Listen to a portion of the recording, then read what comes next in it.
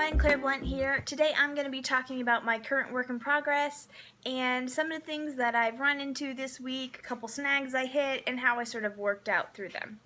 So the first snag I hit this week was actually after I allowed someone to read a scene. Because my story is fantasy and has a dragon and is set in modern day setting, I needed my character to have a level of disbelief and also fear, because I mean, if a dragon shows up, you're going to be afraid. I had finally worked out, I felt like, most of the bugs of that scene, and I allowed someone to read it, and they came back with, "Oh yeah, sure, I like what you've got, but how big is the dragon supposed to be?" Immediately, I realized where they're coming from, because I introduced my dragon inside of a building, inside of a room, actually. So, a bedroom on top of that. So, I wanted it to feel like the dragon was big, not like building big, but like big, like towering over a human. But when I put the dragon inside of the room, the issue with that was that suddenly it is, doing things and moving around too easily if it were actually as big as I was imagining. So that was kind of an interesting challenge, the fact that I had to go back and kind of work things into scale. Unlike epic fantasy, where it's like very long, lots of descriptions, I feel like young adult fantasy needs to be bam, bam, bam, because your readers are young. They are wanting to get to the meat of the story more so than someone who might enjoy like an epic fantasy, which has a lot of descriptions and they're willing to wait it out. So basically, I ended up going back, and it was a fun challenge to see how I had kind of messed up with how I described things. I had my main character kind of get thrown across the room. However, it's a bedroom, and he's supposed to be poor, so I kind of was contradicting myself. Like, if I'm going to have a hulking dragon inhabit a bedroom, and my main character trying to get away, gets thrown across the room, all of those things, they have to add up to a picture, and not just like, oh, he's scared, he's escaping. There actually has to be other things that are weighed in that situation, which I had to rework the scene so it felt cramped. He couldn't really get thrown across the room, but he really could kind of get slammed against walls by the actual hulking size of the dragon. So that was actually really fun to rework, and gave me a little bit more perspective going forward that yes, I need to be working on character development and plot ideas, but at the same time, you have to also recognize that we have so many tools in our toolbox kind of to describe things.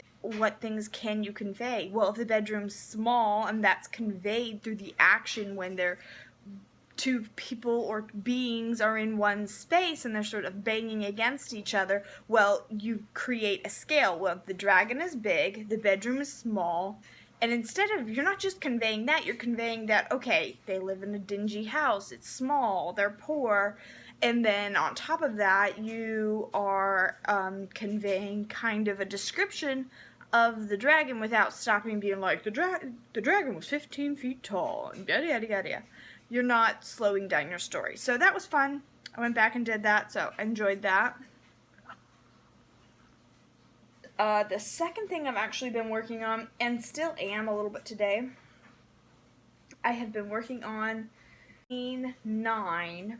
And the issue with Scene 9 is that my dialogue feels a little bit iffy.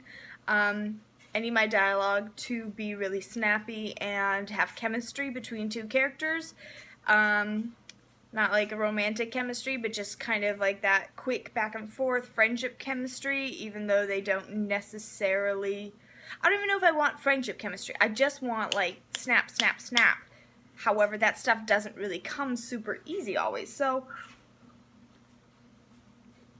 I kind of skipped and cheated on that dialogue and moved to the next scene. So I'm going back and reworking that dialogue some, which unfortunately, I think I sort of, because it's a second draft, I have the tendency to want to kind of start with where I am established with those characters in my head and not where the reader is at. So I had to kind of pull back when I was working on that dialogue and recognize, okay, these characters have just met each other. They cannot have the level of sarcasm and like cut you to the bone right off the bat. It can be somewhat there, obviously, because that's their characters and their dynamic, but it cannot be so heavy-handed at the beginning, which is what I kind of ran into when I was working on that dialogue.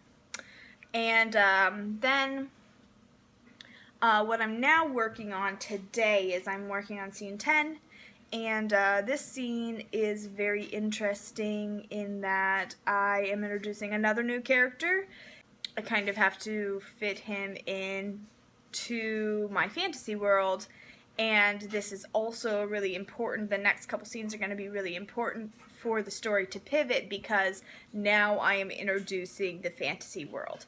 I did about the first 8 scenes. I've got basically the world building. I've kind of set the stage for what my character's normal is, while also dropping a lot of kind of like hints that something's off, and now the fantasy world is kind of being introduced.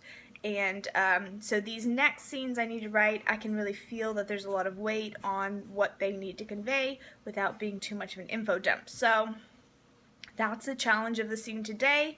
I am going to go work on that. Right now I am trying to introduce not only some of the fantasy world, but also some of the conflict that exists between two characters already without like being like, and this is why, because 10 years ago. I would love to hear a little bit about what you guys are working on with your story, some of the challenges you're working on. Do you guys work through scenes like I do? Do you do chapters? Do you just write however much you feel like? I'm gonna try and do a writer's, I guess it's a vlog, but I would like it to be more interactive so we could talk about things we're working on. I would love to be able to like mention stuff that's mentioned in the comments, so comment below if you are running into a snag, how you overcame it, or if you can't overcome it, maybe we can brainstorm together. I look forward to hearing from you. Subscribe to my channel and give this video a thumbs up.